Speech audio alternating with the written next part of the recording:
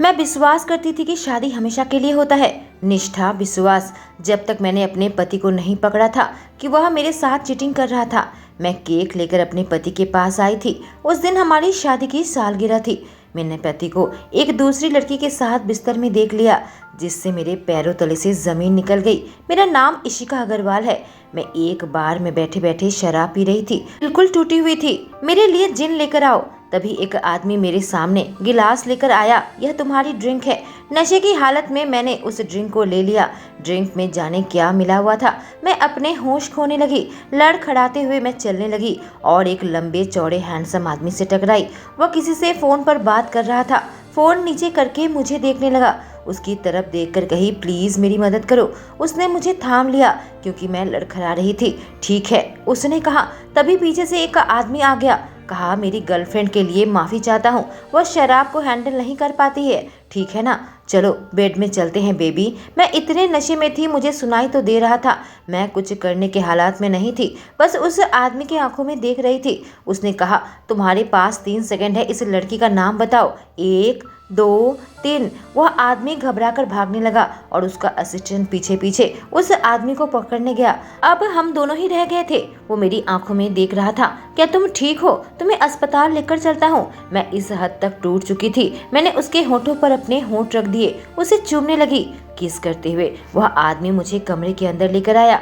उसने मुझे दीवार की ओर चिपका दिया और फिर मुझे देखने लगा। फिलहाल मैं उसे चाहती थी। वह मेरे गर्दन को चूमने लगा, फिर पीछे हटकर मुझे देखा। कहा, तुम श्योर हो यह करना चाहती हो? मैं उसे पकड़ी और उसे दीवार के खिलाफ चिपका दी। बस मुझे किस करो, मैंने उससे कहा जब उसके कोट को उतारने लगी। और फिर वह मेरे होठों को चूमने लगा। एक एक करके हमारे कपड़े नीचे गिर गए। वह मेरे करीब आया और मुझे बिस्तर पर पटक दिया। मेरे ऊपर आकर मुझे छूने लगा। वह मुझे बहुत अच्छा महसूस करवा रहा था जब वो मुझे बेतहाशा चूम रहा था। जैसे मैं उसकी आंखों में देखी, मेरा दिल तेजी से दौड़ने लगा। तुम इतनी अच्छी क्यों हो? वह कहा। उसके बातों से मेरे शरीर में बिजली सी दौड़ी और जुनून के साथ मुझे चूमने लगा, बहुत गहराई से, एक रूखे अंदाज में।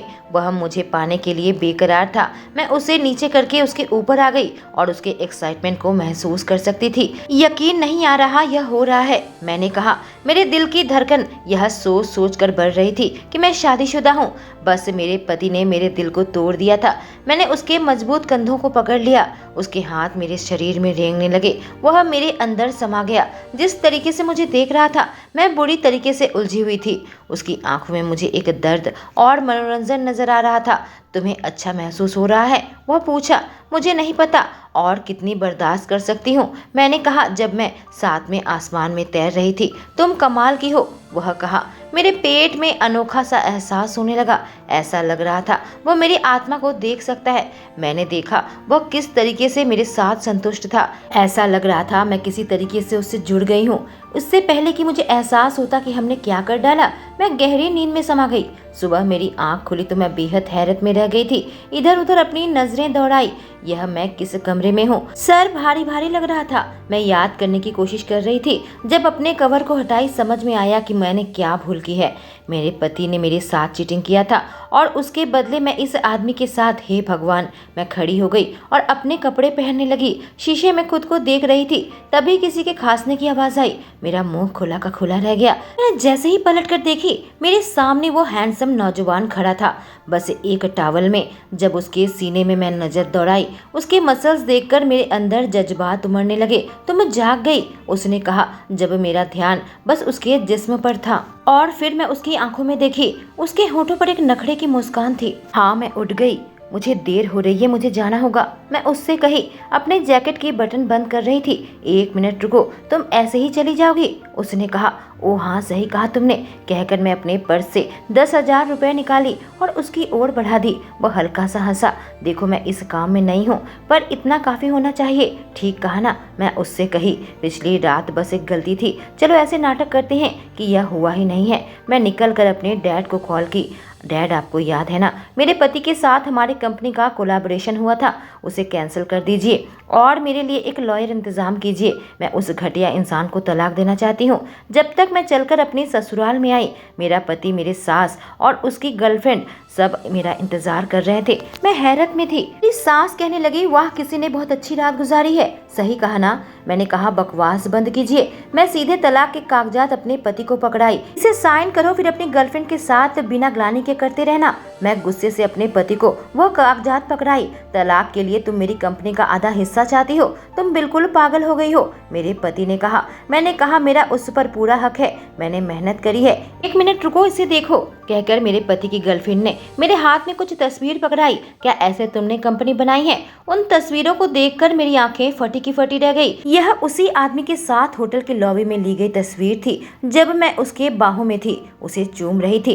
मेरे दिमाग में कुछ आया। मैंने अपने पति की गर्लफ्रेंड से कहा, तो यह तुम थी? तुम मेरी ड्रिंक में ड्रग्स मिलाई थी? वह कुटिल मुस्कान दी। मेरा पति कहा, कोई भी जज इन तस्वीरों को देखेगा मेरी ही साइड लेगा। उसकी गर्लफ्रेंड कही, मैंने अजय की मदद की है अग्रवाल कंपनी से 1 करोड़ की कॉन्ट्रैक्ट हासिल करने के लिए। मेरा पति कहा, एलिस बिजनेस में मेरी तरक्की के लिए मदद करती है, तुम क्या कर सकती हो? मैंने कहा, यह डील तुम्हें मेरी वजह से मिली है। अगर मैं नहीं होती तो तुम अग्रवाल के करीब भी नहीं जा पाते। एकदम बकवास है। तुम क्या करती? उनकी नौकरानी बनती, मेरा पति कहा, और सब लोग हंसने लगे। मैंने कहा, अगर मैं तुम्हें बताऊं मैं ही अग्रवाल हूं तो? और मैं तुम्हें इस बारे में नहीं बताया था। मुझे लगा था तुम खुद को इनसिक्योर महसूस करोगे।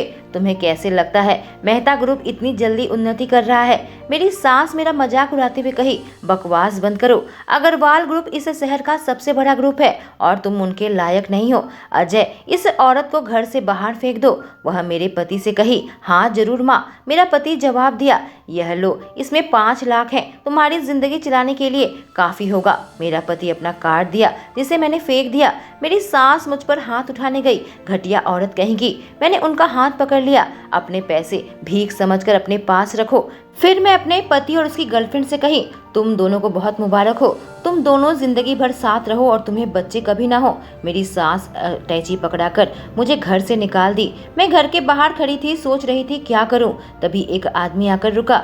मिस, आपके पापा ने मुझे भेजा है आपको घर ले जाने के लिए। मैं मन ही मन कही, तुम्हें इस विश्वासघात की कीमत चुकानी होगी। जब तक मैं अपने घर के पास आई, अपने घर को देख रही थी, मेरी सौतेली माँ निकलकर बाहर आई। इशिका, आखिरकार तुम घर में आ गई हो। मैं उस औरत के सामने से गुजर गई। जैसी घर के अंदर आई, मुझे मेरे डैड नजर आए। मैंने सोचा था तुम वापस नहीं आओगी, मेरे डैड ने कहा। मैंने कहा, आपको इतने सालों बाद बस यही कहना था अपनी बेटी से? मेरे डैड विनोद अग्रवाल, अग्रवाल ग्रुप के मालिक। मैंने तुमसे नहीं कहा था वह आदमी एकदम बेकार है, तुम्हें मेरी बात सुननी चाहिए थी, मेरे डैड ने कहा। उधर से मेरी सौतेली माँ दरवाजा बंद करके कहने लगी, तुम्हारी बेटी को तुम्हारे सपोर्ट की जरूरत है, ना कि तुम्हारे ताने की। मैं अपनी सौतेली माँ से कही, आप अपनी झूठी सहानुभूति अपने पास रखें।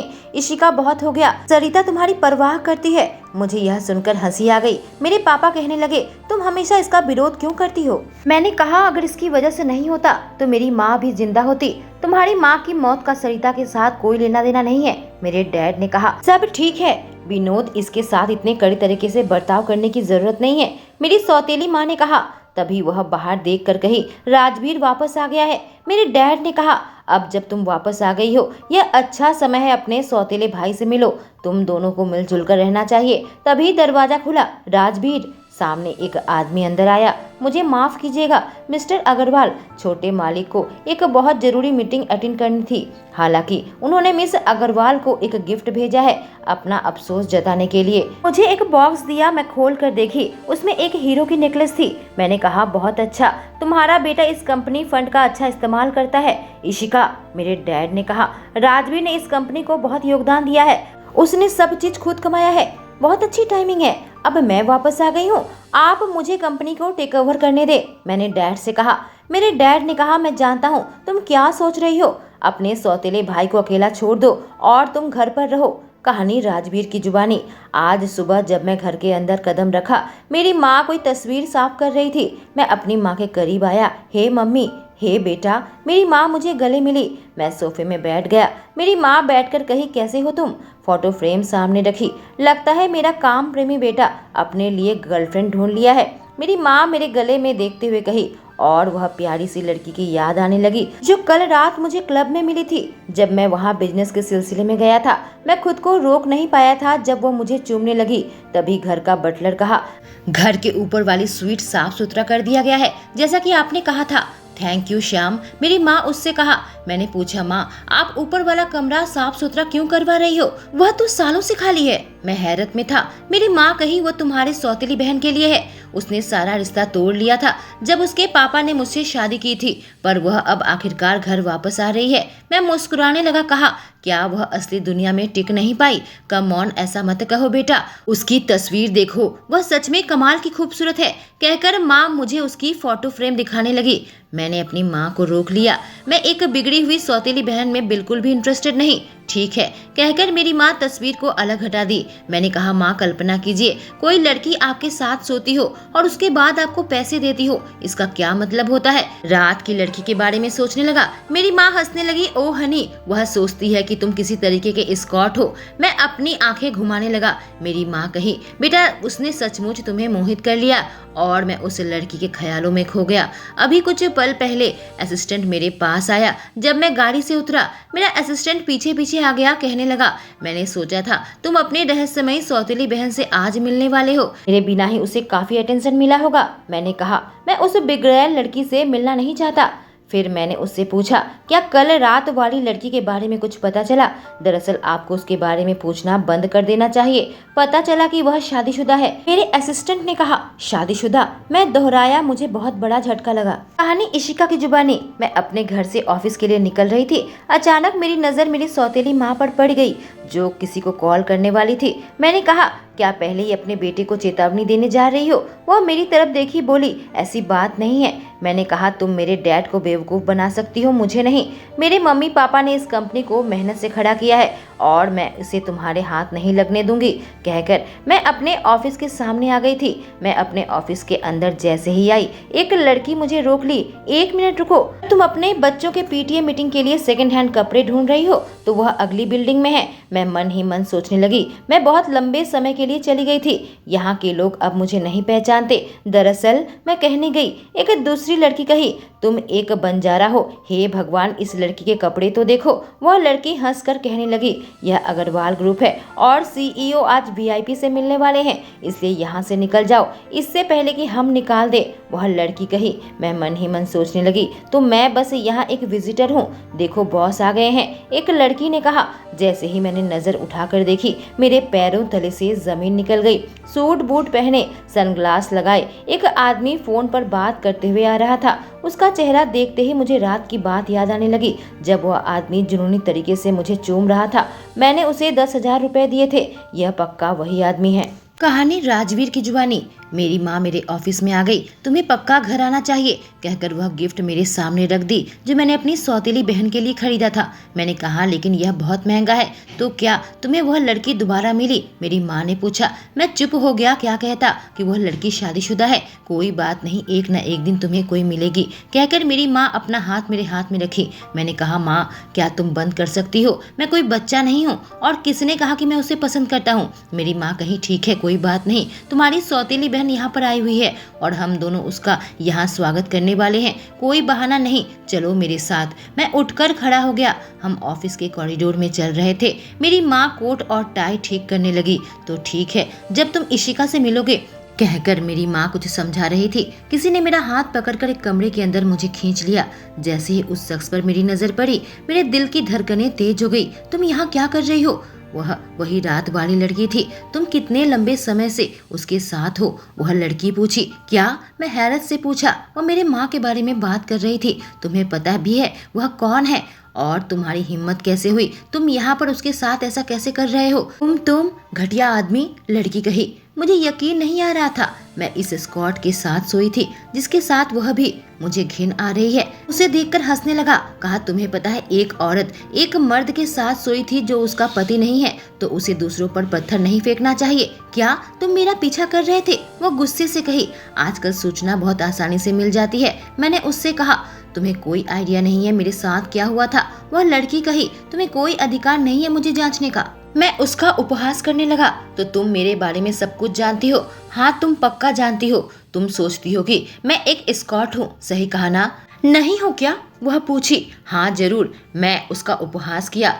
तुम्हें पता है, मुझे लगता है कि तुम उस रात की बहुत सारी चीज भूल गई हो। क्यों ना मैं तुम्हें याद दिलाऊं उस रात के बारे में। कहकर मैं उसके करीब आने लगा, अपने होठों को उसके करीब ले जाने लगा। मेरी सांसें जोर जोर से चलने लगी जब मैं उसके खूबसूरत चेहरे को देख रहा था। यह जानकर भी कि वह शादीशुदा है, मैं उसके प्रति आकर्षण को रोक नहीं सकता था। तभी अचानक से दरवाजा खुला। मेरा असिस्टेंट सामने खड़ा था। मैंने कुछ नहीं देखा कहकर वह चला गया। वह मुझे धक्का दी। मुझे फर्क नहीं पड़ता तुम क्या काम करते हो, तुम अग्रवाल परिवार से दूर रहो। अगर परिवार का नाम खराब हो तो मैं तुम्हारे पैर तोड़ दूंगी, कहकर वह वहाँ से निकल गई। इसे हमारे परिवार के बारे में इतना सब कुछ मालूम है, पर क्यों? रात को मैं अपने असिस्टेंट के साथ क्लब में आया हुआ था। मेरे असिस्टेंट ने कहा, बॉस क्या यह वही लड़की है जिसे आप पसंद करते हैं? यह कबीर सिंघानिया के साथ क्या कर रही है? मैंने कहा, हाँ यह सिंघानिया ग्रुप से है। मेरा असिस्टेंट कहा, सर यह एक प्ले बॉय है। मैंने सुना है आपकी सौतेली बहन के साथ पहले इसकी सगाई हुई थी, इससे पहले कि वो कहीं और शादी कर लेती। एक आदमी और औरत उसके पास आ गए और उसका अपमान करने लगे। उसकी बातों से लगा वह आदमी उसका एक्स हस्बैंड है जो अपनी गर्लफ्रेंड के साथ यहाँ आया था। वह मेरी लड़की के चरित्र पर कीचड़ उछाल रहे थे। मैनेजर को बुलाकर पति और उसकी गर्लफ्रेंड कहने लगे, हम दोनों यहाँ खाना खाने आए थे, यह दोनों हमें परेशान कर रहे हैं, हम चाहते हैं आप इन्हें यहाँ से उठाकर फेंक दो। मेरा असिस्टेंट कहा, सर क्या हमें बीच में जाना चाहिए? मैंने कहा, उसकी जरूरत नहीं पड़ेगी, सिंघानिया ग्रुप का उत्तराधिकार मामला संभाल लेगा, बस देखते जाओ और उन दोनों का बुरा हाल करेगा। मैनेजर कही, हाँ जरूर, हमें उन्हें अभी यहाँ से भगाते हैं, कहकर उसे देखी और चौंक गई। आप तो सिंघानिया हो ना? कबीर सिंघानिया इस शहर के दूसरे सबसे बड़े रईस अग्रवाल के बाद। मुझे माफ कीजिएगा मिस्टर सिंघानिया, मुझे नहीं मालूम था आज रात आप यहाँ पर खाने के लिए आए हैं। और यह लड़की कौन है? मैनेजर पूछी। और कबीर मैनेजर के कान में उस लड़की के बारे में कुछ कहा। मैनेजर ने उल्टा उसके एक्स हस्बैंड को और उसकी गर्लफ्रेंड को वहां से निकाल फेंका। मेरा असिस्टेंट पूछा, बॉस मिस्टर सिंघानिया मैनेजर के कान में लड़की का क्या परिचय दिया होगा? मैंने कहा, चीज और मजेदार होती जा रही है। मैं घड़ी देखा, कहा शिट। उसने कहा, क्या हुआ? अब वक्त आ गया है अपनी सौतेली बहन से मिलने का। मैंने कहा, कहानी इशिका की जुबानी। मैं कॉल में कबीर से बात कर रही थी। तो क्या तुम अपने सौतेले भाई से अब तक मिल चुकी हो? वह पूछा। नहीं, वह चुप रहा है, बहुत स्मार्ट है। मैंने कहा। तभी किसी की आवाज आई। मैं चौंक कर उधर मुड़कर देखी तो वही आदमी मेरे सामने खड़ा था जिसके साथ मैं रात बिता चुकी थी। नहीं, मैं बस तुम्हें शर्मिंदा नहीं करना चाहता था। मैंने कहा, तुम यहाँ क्या कर रहे हो? उसने कहा, नहीं यह मेरी लाइन है, तुम यहाँ क्या कर रही हो? वह मुझसे पूछा, क्या सरिता तुम्हें घर लेकर आई है? मैं उससे पूछी। फोन से आवाज आने लगी, इशिका क्या तुम हो? मैंने कहा, मैं तुमसे बाद में बात करती हूँ, कहकर फोन काट दिया। तो तुम मेरी सौतेली बहन हो? वह पूछा। तुम क्या बकवास कर रहे हो? मैं पूछी। वह पूछा, फोन पर कौन था? तुम्हारा नया प्रेमी। मैंने कहा, इससे तुम्हें कोई मतलब नहीं है। देखो तुम जैसे भी घर के अंदर आए हो, बाहर चले जाओ, नहीं तो क्या? वह पूछा। मुझे और 10,000 रुपए दोगी ताकि मैं यहाँ से चला जाऊँ जैसे उस रात में किया था। तुम क्या बात कर रहे हो? मैं कही। उसने कहा, शायद हमें वह खत्म करना चाहिए जो मैं ऑफिस में शुरू किया था, कहकर वो मेरे करीब आने लगा था। तभी किसी ने कमरे की बत्ती जला दी। इशिका। मैंने देखा तो सामने मेरे पापा और मेरी सौतेली माँ खड़े थे। तुम क्या कर रही हो? वह कही और मेरी बोलती बंद हो गई। तभी सौतेली माँ कही, राजवीर। पीछे खड़ा लड़का कहा, सौतेली बहन को जानने की कोशिश कर रहा था। तुम दोनों जैसे की उम्मीद की थी उससे बढ़िया मेलजोल बढ़ा रहे हो। मेरे डैड ने कहा। मुझे खुशी हुई यह मेरे साथ लड़ नहीं रही है। मैं सदमे में थी जब पीछे से वह मेरे टॉप के नीचे अपने हाथ डाल दिया और मेरे खुले जिस्म को सहलाने लगा। मैं उसके हाथ को पीछे की कही, 1 मिनट डैड, क्या यह मेरा सौतेला भाई है? उन दोनों ने अपना सर हिलाकर मेरी बात का समर्थन किया। पीछे से राजवीर कहा, यह काफी खास है, यह मुझे पसंद है। और मैं अपनी हालत क्या कहूँ? यकीन नहीं आ रहा था जिस लड़की के साथ मैं एक रात बिता चुकी थी, जिसके साथ मेरे जिस्मानी ताल्लुकात बन चुके थे, वह कोई और नहीं मेरा सौतेला भाई निकला। और अब हम दोनों एक ही छत के नीचे रहने वाले हैं। इससे बुरा और क्या हो सकता था? उसकी माँ कही, बहुत अच्छी बात है, मैं जाकर डिनर बनाती हूँ क्योंकि इशिका काफी सालों बाद घर वापस आई है, हम इसे सेलिब्रेट करेंगे, कहकर मेरे मॉम डैड वहाँ से चले गए। तुम्हें कब पता चला? मैं उसे दीवार के साथ धक्का देकर पूछी। उसने कहा, क्या पता चला? तो यह तुम्हारा गेम है, मुझे ब्लैकमेल करना। मैं कही। वह कहा, इतनी सीरियस मत हो, क्या यह एक्साइटिंग नहीं है? अपने सौतेले भाई के साथ सोना। मैंने कहा, यह मेरा घर है तो तुम मेरे साथ कोई चालाकी करने की कोशिश मत करना। अगर तुमने किसी को इस बारे में बताया, मैं कसम खाती हूँ मैं तुम्हें जान से मार दूंगी। हम डाइनिंग टेबल पर बैठे थे, मैं अपनी ड्रिंक ले रही थी। डैड कहे तो तुम दोनों ऑफिस में आज मिले थे। राजवीर ने अपना मुंह खोला। दरअसल हम उससे पहले भी मिले थे और उस रात को भुलाया नहीं जा सकता। अचानक मैं उस रात के बारे में सोचने लगी जब हमने एक दूसरे में अपना पूरा जुनून डाल दिया था। सही कहा ना इशिका? वह मुझसे पूछा। शिट, यह सब कुछ बक न दे। मैं हकलाने लगी। उसकी माँ कहीं इस बारे में और सुनना चाहते हैं। मैंने कहा नहीं, वह कुछ खास नहीं था। वह मेरी बात को काटा। कोई खास नहीं था, वह रात काफी जुनूनी थी। हम एक दूसरे का वह रूप देखा था जो ज्यादातर लोग नहीं देख पाते। कहकर टेबल के नीचे से मेरे पैर को सहलाने लगा था। मेरी जान निकली जा रही थी। यह हमारे पेरेंट्स के सामने कुछ कह दिया तो यह तो बहुत मजेदार है। मेरी सौतेली माँ कही, नहीं ऐसा कुछ नहीं था, हम बस नशे में थे, कहकर मैंने उसके पैर को दूर झटका। मेरे डैडी के पैर में लग गया। माफ कीजिएगा डैड, बस एक कीड़ा था। जब राजवीर मुस्कुरा रहा था, डैड ने कहा, कोई बात नहीं, अब जब तुम दोनों यहाँ पर हो तो मुझे एक घोषणा करनी है। मैं कंपनी की बागडोर राजवीर के हाथों में सौंपना चाहता हूँ। 1 मिनट, क्या कह रहे हैं डैड? मैं पूछी। डैड ने कहा, मैं बूढ़ा हो गया हूँ, थक गया हूँ, डेस्क पर मरना नहीं चाहता। हे ऐसी बातें मत करो, तुम हमेशा जिंदा रहने वाले हो। मेरी सौतेली माँ कही, क्या सच में तुम यह बात अभी कहना चाहती हो? मैंने उपहास किया। ऐसे मत दिखाओ कि तुम परवाह करती हो। नहीं इशिका, गलत मत समझो, मेरी सौतेली माँ कही। अब जब तुम वापस आ गई हो तो कंपनी तुम्हारी है। वह कही, वह इतने साल पहले चली गई थी कि हम किस्मत वाले हैं कि उसने कंपनी का दिवाला नहीं निकाल दिया, मेरे डैड ने कहा। मैंने कहा, तो आप एक बाहर के आदमी को देने वाले हैं? मैंने पहले बताया था, राजवीर बाहर का आदमी नहीं है, वह तुम्हारा सौतेला भाई है, मेरे डैड ने कहा। और मैं उसकी ओर देखने लगी। उसने कहा, शायद उससे भी ज्यादा। मैं और इशिका दोनों ही कंपनी के लिए काम करेंगे। वह साबित कर दे कि वह मुझसे ज्यादा योग्य है तो मैं उसके लिए जगह खाली कर दूंगा, मेरे डैड कहे। अगर एम्प्लॉय को पता लग गया उसके बारे में, सब उसका सपोर्ट करेंगे। उससे तुम्हारे साथ न्याय नहीं होगा राजवीर। मैं थोड़ी देर सोच कर कही, क्या होगा मैं अपनी पहचान छुपाऊं तो? किसी को नहीं पता मैं वापस आ गई हूँ। कंपनी में मुझे कोई नहीं पहचानता। मैं एक आम एम्प्लॉय बनकर अगर खुद को साबित करूं तो कैसा रहेगा? मैं आप सबको साबित कर दूंगी, मैं कसम खाती हूँ। कहानी राजवीर की जुबानी। मैं बाथ टब पर लेटा हुआ था, इशिका के बारे में सोच रहा था। तभी बाथरूम का दरवाजा खुला और इशिका किसी से फोन में बात करते करते अंदर आ गई, बिना देखे कि मैं पहले से ही यहाँ मौजूद था। नहीं कुछ नहीं, बस मेरे डैड यहाँ पर आए थे। तो क्या अब मैं डैड हूँ? मैं उससे कहा, हे भगवान, तुमने मुझे डरा दिया था। वह मेरी ओर मुड़कर कही। उसे देखकर मैं खड़ा हो गया और अपने कमर में एक टॉवल लपेट लिया। तो तुम इतना जल्दबाजी में हो? अब तुम अपने प्रेमी को समझा रही हो? वह मेरा प्रेमी नहीं है, उसने कहा। मैं उसके करीब आ गया और उसका फोन छीन लिया। मेरा फोन वापस करो, वह कही। फिर तुम इतनी जल्दी फोन क्यों काटना चाहती हो? मैं कहा। हम दोनों में फोन की खींचातानी चलने लगी कि अचानक से मेरा टॉवल खुलकर नीचे गिर गया। मैं नीचे गिरा और वह मेरे ऊपर आ गई। जोर से आवाज हुई, कुछ जाना पहचाना लग रहा है, मैंने कहा। वह एक पल को जम गई और फिर जल्दी से उठकर खड़ी हो गई। मैं भी खड़ा हो गया, मुस्कुराने लगा। मुझे बिन कपड़ों के देखकर अपने हाथ से अपने आँख को ढकने लगी। तुम उसके मुंह से निकला। मैं जल्दी से टॉवल उठाकर अपने कमर में लपेट लिया। तुम इतनी घबराहट में नहीं थी जब पहली बार ऐसे मुझे देखी थी, मैंने कहा। तभी बाथरूम का दरवाजा खटखटाने की आवाज आई। वह बिदक उठी। मेरी माँ की आवाज थी, राजवीर क्या तुम ठीक हो? हाँ 1 मिनट, मैंने कहा। तब तक जल्दी से मेरी सौतेली बहन इशिका बाथ टब में कपड़े पहन कर ही छुप गई। मैं टब के ऊपर बैठकर दरवाजा खोला। मॉम डैड मेरे सामने थे। मेरी माँ कही, सब ठीक है? मैंने कहा, हाँ। अभी एक चूहा देखा?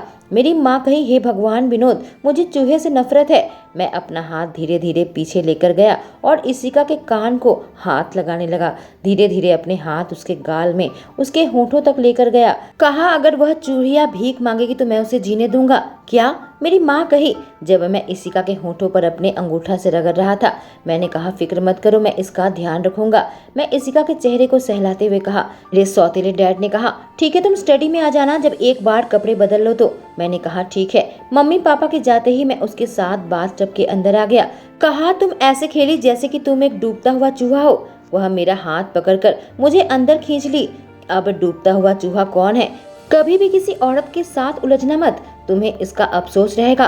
कहकर वह खड़ी हो गई और जाने लगी। मैं अपनी उंगली बाल में चलाने लगा जब मुस्कुरा रहा था। जब मैं अपने सौतेले डैड के पास गया, राजवीर तुम यहाँ पर आ गए। दरअसल आज डिनर में मैं अपनी बेटी इशिका के बर्ताव के लिए माफी मांगना चाहता हूँ। मैंने कहा कोई बात नहीं, उसे थोड़ा वक्त चाहिए यहाँ एडजस्ट करने में। डैड कहे वह बहुत हठी है, किसी दिन इस वजह से वह मुसीबत में पड़ जाएगी। उम्मीद करता हूँ वह विनम्र रहे जब तक यह कंपटीशन चलता रहे। मैंने कहा वह स्मार्ट है, वह आपका इरादा जरूर समझेगी। वह कहे मैं तुमसे एक उपकार चाहता हूँ कि तुम अपनी बहन का ऑफिस में ध्यान रखोगे। मैंने उन्हें सही कराया, मेरी सौतेली बहन। उन्होंने कहा हाँ। मैंने कहा हाँ जरूर। मैं वहाँ से निकल गया। मुझे बस इशिका के बारे में ही ख्याल आ रहे थे। ऑफिस जाने के लिए कार पर बैठा हुआ था और इशिका पीछे बैठी हुई थी। मैं शीशे से उसे ही देख रहा था और उसके डैड की कही बातें मेरे दिमाग में गूंजने लगी। राजवीर, मैं तुमसे एक उपकार चाहता हूँ, क्या तुम अपनी बहन का ऑफिस में ध्यान रखोगे? बहन, ये बुरा है, क्या इशिका को अपने दिमाग से निकाल पाऊंगा जो मुझ पर ऐसा असर करती है? तभी इशिका की आवाज आई, तुम्हें अपनी निगाहें सड़क पर रखनी चाहिए। खैर कोई बात नहीं, मुझे आदत है मर्दों की सराहने वाली दृष्टि से। मैंने कहा काफी इम्प्रेसिव है, पर तुम्हें कैसे पता चला कि मैं तुम्हें देख रहा हूँ? अगर तुम मुझे नहीं देख रही तो? जब शीशे में मैं उसे ही देख रहा था। मैंने कहा मुझे लगता है तुम्हें यहाँ से निकल जाना चाहिए। क्या? वह चौंकी। मैंने कहा ऑफिस में तुम अपनी पहचान गुप्त रखना चाहती हो ना? वह पूछी। फिर मैं काम तक कैसे पहुँचूंगी? मैंने कहा रास्ते में बस मिल जाएगी। वह कार का दरवाजा खोली और बाहर निकल गई। पीछे से चिल्लाने लगी, घटिया आदमी, मैं तुमसे नफरत करती हूँ। जब मैं कार स्टार्ट करके आगे निकल गया, मुझे याद रखना होगा यह मेरी सौतेली बहन है, इसलिए मुझे उससे दूर रहना होगा। कहानी इशिका की जुबानी। मैं ऑफिस में आई तो मुझे मेरे काम की जगह दिखा दी गई जो लड़कों के बाथरूम के सामने था। मैंने कहा क्या तुम सीरियस हो? मेंस बाथरूम के पास। उसने कहा सॉरी मिस इशिका, यह बॉस का ऑर्डर है, बस इतना ही मुझे जाना चाहिए। कहकर वह आदमी निकल गया। मैं अपना काम कर रही थी। मैं वहां से गुजरने गई, एक लड़की से टकराई और उसके हाथ में जो कॉफी थी वह उसके कपड़े पर गिर गई। बेवकूफ लड़की कहेगी, तुम क्या कर रही हो? वह मुझसे कही। मैं माफी मांगी पर दो लड़कियां झगड़ा शुरू कर दी। उसने कहा तुम्हारा नाम इशिका है ना? मुझे लगता है पहले दिन ही तुम्हें काम से निकाल दिया जाएगा। मैंने कहा मुझे यहाँ कोई काम से नहीं निकाल सकता। दूसरी लड़की कही, तो तुम अपने आप को समझती क्या हो? अग्रवाल की प्रिंसेस हो? एना क्रिएटिव डायरेक्टर है, वह तुम्हें काम से निकाल सकती है। मैंने कहा भले ही मैं अग्रवाल नहीं हूँ, हमारी कंपनी में सबके साथ न्याय किया जाता है, तुम मुझे बेवजह नहीं निकाल सकती। और क्या होगा अगर मैं सच में अग्रवाल हूँ तो? वह लड़की कही, अगर तुम अग्रवाल हो तो मैं मिस्टर गुप्ता की पत्नी हूँ। ऐना कही, मेरे पास तुम्हारे लिए फालतू वक्त नहीं है, तुम यहाँ से निकल जाओ नहीं तो मैं तुम्हें निकाल दूंगी। मैंने कहा राजवीर गुप्ता के अंदर इतना भी हिम्मत नहीं कि मुझे हाथ लगा सके। तभी वहाँ राजवीर आ गया। यह क्या चल रहा है? ऐना कही, बॉस यह नई लड़की आपका अपमान कर रही है। मैंने कहा यह सच नहीं है, तुमने यह शुरू किया था। राजवीर ने कहा मुझे लगता है ऐना सही कह रही है। इशिका एक इंटर्न के रूप में यहाँ पर तुमने ज्वाइन किया है और कंपनी के नियम नहीं मान रही हो, इसकी सजा तुम्हें मिलेगी। पीछे से एक आवाज आई और सामने कबीर आ गया। अगर यह सच है राजवीर, अग्रवाल के साथ हमारी पार्टनरशिप के बारे में मैं दोबारा सोचूंगा। मैंने कहा कबीर तुम यहाँ क्या कर रहे हो? उसने कहा मैं यहाँ हमारी पार्टनरशिप डिस्कस करने आया था। पीछे से वह लड़की कही, ऐना यह लड़की कबीर सिंघानिया को कैसे जानती है? मैं देख सकता हूँ यहाँ पर बुली चल रहा है और मुझे शक है राजवीर कि तुम अपना बिजनेस यहाँ सही से नहीं चला पाओगे। राजवीर कहा, ऐसा लग रहा है तुम मुझे धमकी दे रही हो। कबीर कहा, मुझे नहीं मालूम, तुम बताओ। राजवीर कहा, अपने सीनियर्स का आदर न करना, इसके लिए इशिका तुम्हें काम से निकाला जा सकता है, लेकिन यह तुम्हारी पहली गलती है, इसलिए मैं तुम्हें बस एक चेतावनी दे रहा हूँ। हालांकि ऐना तुम यहाँ सालों से काम करती हो और देखो तुमने क्या किया। तुमने एक पब्लिक लड़ाई शुरू की, वह भी मेरे ऑफिस में। तुम इस महीने का बोनस भूल जाओ। कबीर ने कहा, यह एकदम निष्पक्ष है। ऐना कहने लगी, लेकिन मैं तो। राजवीर ने कहा, क्या तुम मुझे चुनौती दे रही हो? यह सुनकर ऐना ने अपना सर झुका लिया। कहानी राजवीर की जुबानी। मैं कबीर के साथ अपने ऑफिस में आया। मैंने सोचा था कि सिंघानिया का उत्तराधिकार बस पार्टी करना पसंद करता है। अचानक से बिजनेस में इतना इंटरेस्ट कैसे आ गया? मैं उससे पूछा, तो तुम इशिका के सौतेले भाई हो? वह पूछा। मैंने कहा, हाँ, मैंने सुना है तुम्हारे पहले उसके साथ सगाई हुई थी। सब कहते हैं तुम एक प्ले बॉय हो, लेकिन तुम तो काफी रोमांटिक लगते हो। मैं यहाँ बस यह कहने आया था कि सिंघानिया ग्रुप तुम्हारे साथ साथ प्रोजेक्ट के लिए तैयार है, बस एक शर्त है, मैं इस डील में इशिका को चाहता हूँ। कबीर ने कहा, तुम्हारे साथ उसका क्या रिश्ता है? मैंने पूछा।